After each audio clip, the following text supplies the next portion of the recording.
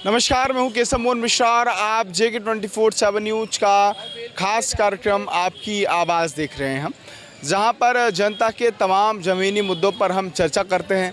हर हफ्ते आपसे मेरी मुलाकात होती है। दिल्ली में इस वक्त मेरी कनॉट प्लेस पर मौजूदगी है और यहां हम लोगों से बातचीत करेंगे और समझेंगे कि आखिरकार उनके मुद्दे क्या हैं। लेकिन दिल्ली में विधानसभा चुनाव की सुगबुगाहट जो है वो बहुत तेज़ हो गई है और अगर हम जिक्र करें तो फरवरी में इसके चुनाव होने हैं।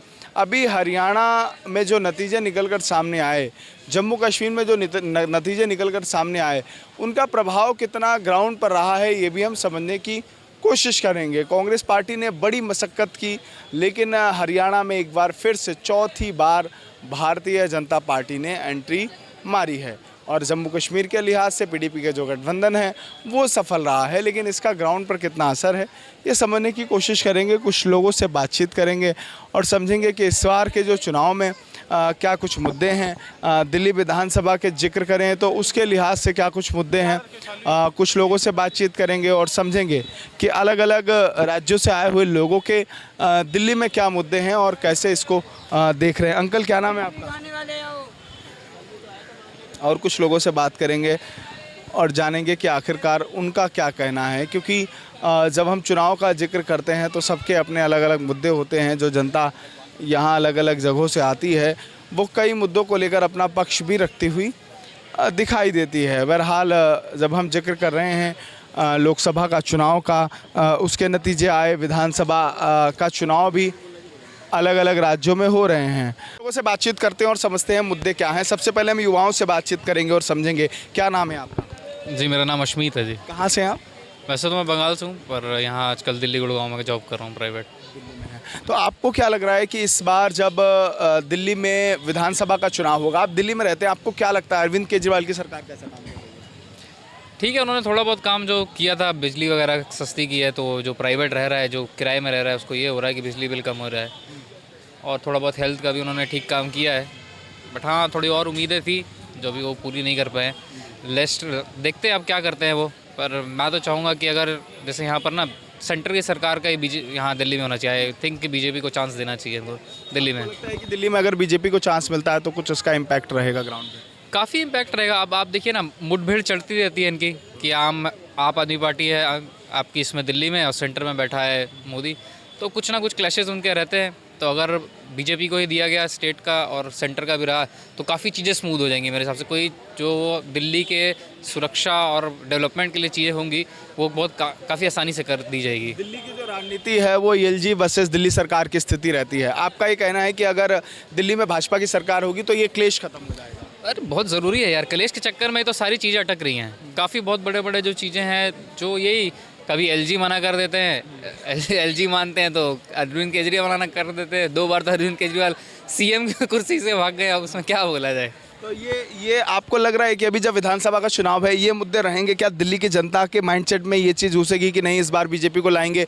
तो ये विवाद खत्म हो जाएगा, दिल्ली के काम स्मूथली हो पाएंगे? देखो यार, क्या है ना, दिल्ली में 5 करोड़ लोग हैं और दिल्ली कुल मिला के 45-50 किलोमीटर का एरिया है। ठीक है, हमने 2 बार अरविंद केजरीवाल को मौका दिया, दोनों बारों कुर्सी छोड़ के भाग गए। अब दिल्ली वाले भी तो ये सोचेंगे ना कि इसे ऐसा आदमी दो जो हमारे लिए खड़ा हो सके। आप भी किसी को अगर लुकअप करोगे तो ये करोगे जो मैं अगर बुरे समय हो तो वो भागे ना, वो मेरे साथ खड़ा है। युवाओं को क्या लग रहा है? रोजगार, बेरोजगारी का एक ऐसा मुद्दा है जिस पर कई लंबी बहसें होती हैं। आपको लगता है सेंट्रल गवर्नमेंट की जो सबसे बड़ी जिम्मेदारी है, क्या वो अपनी जिम्मेदारी निभा पा रहे हैं रोजगार को लेकर? देखिए अभी क्या है ना, ये जो जिम्मेवारी है ये स्टेट गवर्नमेंट की भी है, सेंट्रल गवर्नमेंट की भी है। सेंट्रल गवर्नमेंट की जितनी जॉब है अगर देखा जाए तो अभी तक भाजपा ने बहुत अच्छा काम किया है उस पर। हो सकता है कि अभी जैसे देखोगे ना, अमेरिका भी रिसेशन में चल रहा है, दुनिया की सबसे बड़ी और स्ट्रॉन्गेस्ट इकॉनमी है, वो जब रिसेशन में चल रही है तो लेकिन अभी तक अगर आप हमारा निफ्टी और सेंसेक्स देखो तो वो उतना गिरा नहीं है। तो इससे पता चलता है कि कहीं ना कहीं बैकग्राउंड में काम चल रहा है, हम स्ट्रॉन्ग हैं कहीं ना कहीं। तो मोदी जी का ये जो ग्राफ गिरा लोकसभा चुनाव में, उसके पीछे क्या वजह रही? देखिए सबसे बड़ा क्या होता है ना, मोदी जी ने जब स्टार्टिंग में इलेक्शन लड़े थे तो वो अपने नाम पर लड़ रहे थे। I think that was the right thing जो बीजेपी कर रही थी। उसके बाद क्या होता है ना, कुछ गलतियां, ऐसे तो नहीं कोई कह सकता ना कि बीजेपी 100% राइट है। कुछ लोग उन्होंने गलत ऐड कर लिए। जैसे आप कंगना रनावत देख लो, MP हैं और वो कुछ भी खड़े होकर कहीं पे भी बोल देती हैं। एज अ नेशनल पार्टी जहाँ हर संप्रदाय के लोग रहते हैं तो कोई बर्दाश्त नहीं करता। मतलब कुछ भी बोलने से बचना चाहिए। ऑब्वियसली आप एमपी हैं, आप इतने बड़े लोग हैं और आपको लोग आप खड़े होकर माइक में किसी को कुछ भी बोल दे रहे हो, किसी एक धर्म के खिलाफ बोल दे रहे हो। देखो, बहुत धर्मों का बना हुआ भारत है, हम तिरंगे के नीचे रह रहे हैं, किसी आप कह सकते हो हिंदू राष्ट्र में नहीं रहते, खालसा राज में नहीं रह रहे, तो हमें इसको समझना बहुत ज़रूरी है। लेकिन ये माइंडसेट बदलेगा कैसे? आपने बड़ी अच्छी बात कही है, लेकिन ग्राउंड पर ये नहीं है। कोई हिंदू है, कोई मुस्लिम है, कोई सिख है, कोई ईसाई है, और इसमें भी हिंदुओं में भी कोई ठाकुर है, कोई पंडित है। ये बहुत बड़ा लॉजिक जो है जो देश में चल रहा है, और शायद ये बड़ा मुद्दा है जिस पर चर्चा होनी चाहिए। ये शुरू से ही भारत पीछे इसलिए रहा है क्योंकि हम इसी बात में लड़ते रहे हैं। हम जब तक हमें कोई और नहीं मिलता तो हम आपस में ही लड़ पड़ते हैं। सबसे बड़ी दिक्कत हमारी यही थी। आज से 2000 साल पहले जो आपको मुसलमानों का यहाँ कुछ पता ही नहीं था, मुगल आए तो हमें मुसलमान दे गए, ब्रिटिशर आए तो हमें क्रिश्चियन दे गए।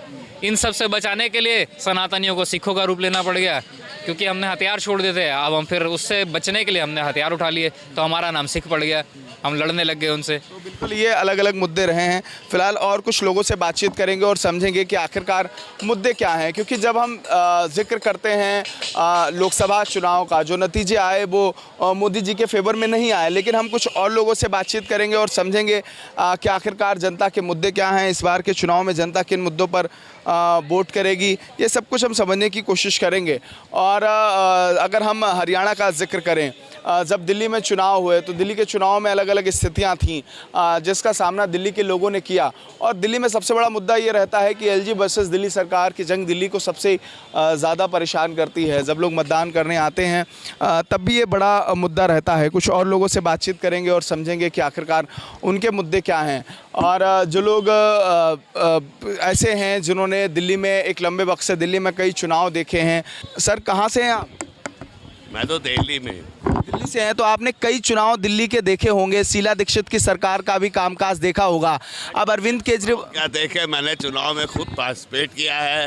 अच्छा, आई वुड चुनाव में आपने like say if you have a time I would like to say so many things about. Hindi में बात करें सर? हिंदी में। I belongs to BJP. अच्छा, ये बताइए, मैं आपसे हिंदी में बात करना चाहूँगा। ये बताइए कि आपने कौन सा चुनाव देखा, क्या अनुभव रहा है दिल्ली में राजनीति का? चुनाव जो मैंने देखा है जी। इसमें बीजेपी के अलावा हिंदुस्तान में कोई पार्टी ऐसी नहीं है जो बीजेपी से टक्कर ले सके। क्यों? उसकी वजह मैंने अभी भी देखी थी पिछले इलेक्शन में, जो अभी फरवरी मार्च अप्रैल में हुए हैं, जिसमें कि एमपी के इलेक्शन हुए थे। यही सामने मैदान में मैंने 3 महीने स्पीच दी हैं भारतीय जनता पार्टी की तरफ से। और यहीं पे आते थे आपके राहुल गांधी और यहीं पे आते थे अखिलेश यादव, और उन्हीं के सामने स्पीच होती थी और मेरी स्पीच सुन के भाग जाते थे। और मैं मोदी जी से कम 15 साल से जुड़ा हूँ और मैं पूरे कनॉट प्लेस का सेक्रेटरी हूँ। मोदी जी ने मुझे अपॉइंट किया है। आपको क्या लग रहा है, जब दिल्ली में इस बार चुनाव होगा, भाजपा इस बार 8 सीटों पर है, क्या कुछ वजह है इस बार भाजपा की ग्रोथ करने की? ऐसा है कि जब पिछले एमपी के इलेक्शन हुए थे तो दिल्ली की सातों सीटें भाजपा को मिली थी, ये आपको मालूम है। जिसमें कि कांग्रेस ने और बाकी जितनी आपकी दिल्ली की आप पार्टी है केजरीवाल की, सबने अपना जोर लगा दिया था। और कांग्रेस में इतनी हिम्मत नहीं थी कि वो अकेले होकर इलेक्शन लड़ सके, और उसने आप पार्टी को खड़ा किया था, और जिसमें कि पूरी तरह से इनको हार मिली। और आप पार्टी से कांग्रेस ने अपना नाता तोड़ दिया, और आप पार्टी को अब की इलेक्शन में जो गुजरात में, ये हरियाणा में और वहाँ हुए हैं, कोई सीट नहीं मिली है।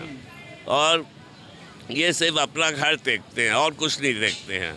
आपको लग रहा है कि इस बार के चुनाव में बीजेपी ग्रोथ करेगी, आम आदमी पार्टी की सीटें कम होंगी, और क्या इसकी वजह क्या है? आपको क्या लग रहा है कि अरविंद केजरीवाल क्या नहीं कर पाए इतने दिनों के शासन विधानसभा के इलेक्शंस होने जा रहे हैं, इसमें all over India 80% vote BJP को जाएंगे।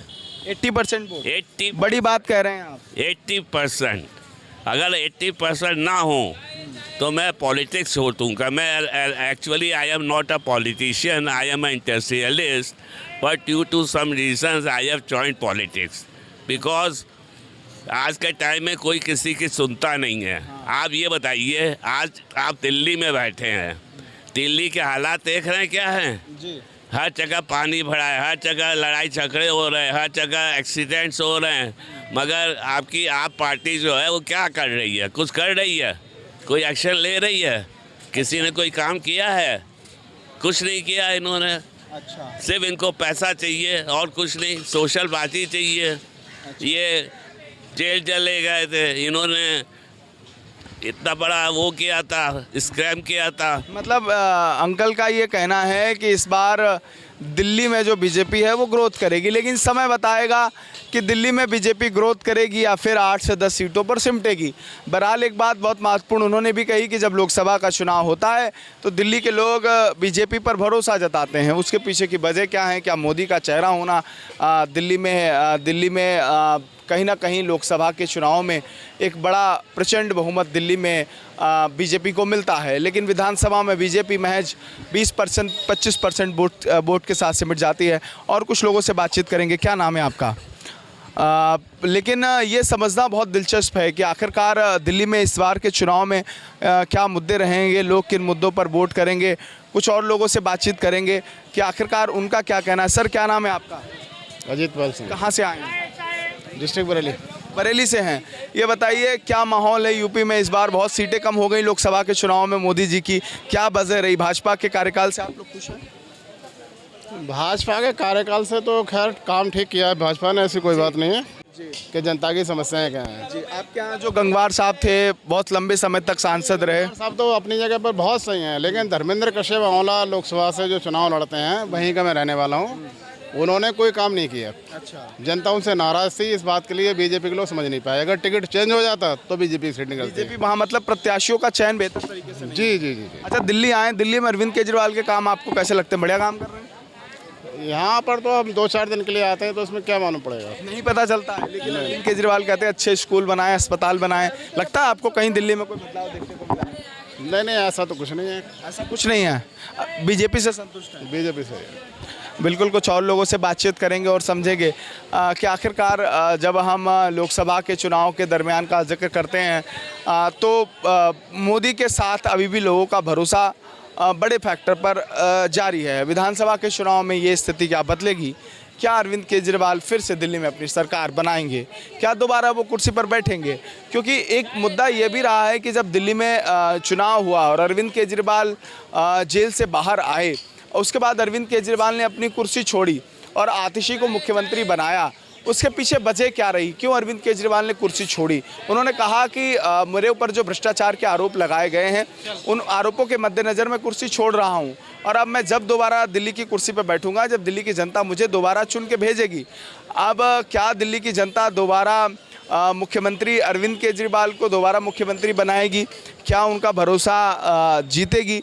ये एक बड़ा सवाल है जिस पर हम लोगों से बातचीत कर रहे हैं और जवाब ढूंढने की कोशिश भी कर रहे हैं। बहरहाल कुछ और लोगों से बातचीत करेंगे और समझेंगे कि आखिरकार उनके मुद्दे क्या हैं। लोग जब मतदान करने जाते हैं तो कई मुद्दों को साथ में लेके जाते हैं और कई मुद्दों को लेकर ये मतदान की प्रक्रिया होती भी है, लेकिन ये समझना होगा कि आखिरकार जब दिल्ली में विधानसभा का चुनाव होगा तो इस बार कौन से मुद्दे हावी रहेंगे। क्या अरविंद केजरीवाल पर दिल्ली की जनता एक बार फिर से भरोसा जताएगी, दिल्ली की कुर्सी पर अरविंद केजरीवाल को दोबारा बिठाएगी? ये तो आने वाला वक्त बताएगा, लेकिन इस बार का चुनाव अरविंद केजरीवाल के लिए भी सरल नहीं है, क्योंकि भारतीय जनता पार्टी का ग्राफ निश्चित तौर पर बढ़ा है और जिसका फायदा बीजेपी को आने वाले समय में हो सकता है। अरविंद केजरीवाल की जो नेगेटिव छवि बनाने की कोशिश हुई है और अरविंद केजरीवाल की जो नेगेटिव छवि बनी है, क्या वो छवि बदल पाएगी? अरविंद केजरीवाल लोकसभा चुनाव में अपने लिए कुछ संभावनाएं तराश पाएंगे या नहीं? इस पर बहुत जल्द तस्वीर साफ होती हुई दिखाई देगी। बहरहाल अगले हफ्ते आपसे मुलाकात होगी। दिल्ली नहीं, पूरे देश भर के मुद्दे पर आपकी आवाज़ के माध्यम से हम आपके बीच रूबरू होते हैं और ये सिलसिला जारी रहेगा। सुगिबल देव के साथ केशव मिश्रा, G24/7 न्यूज़, दिल्ली।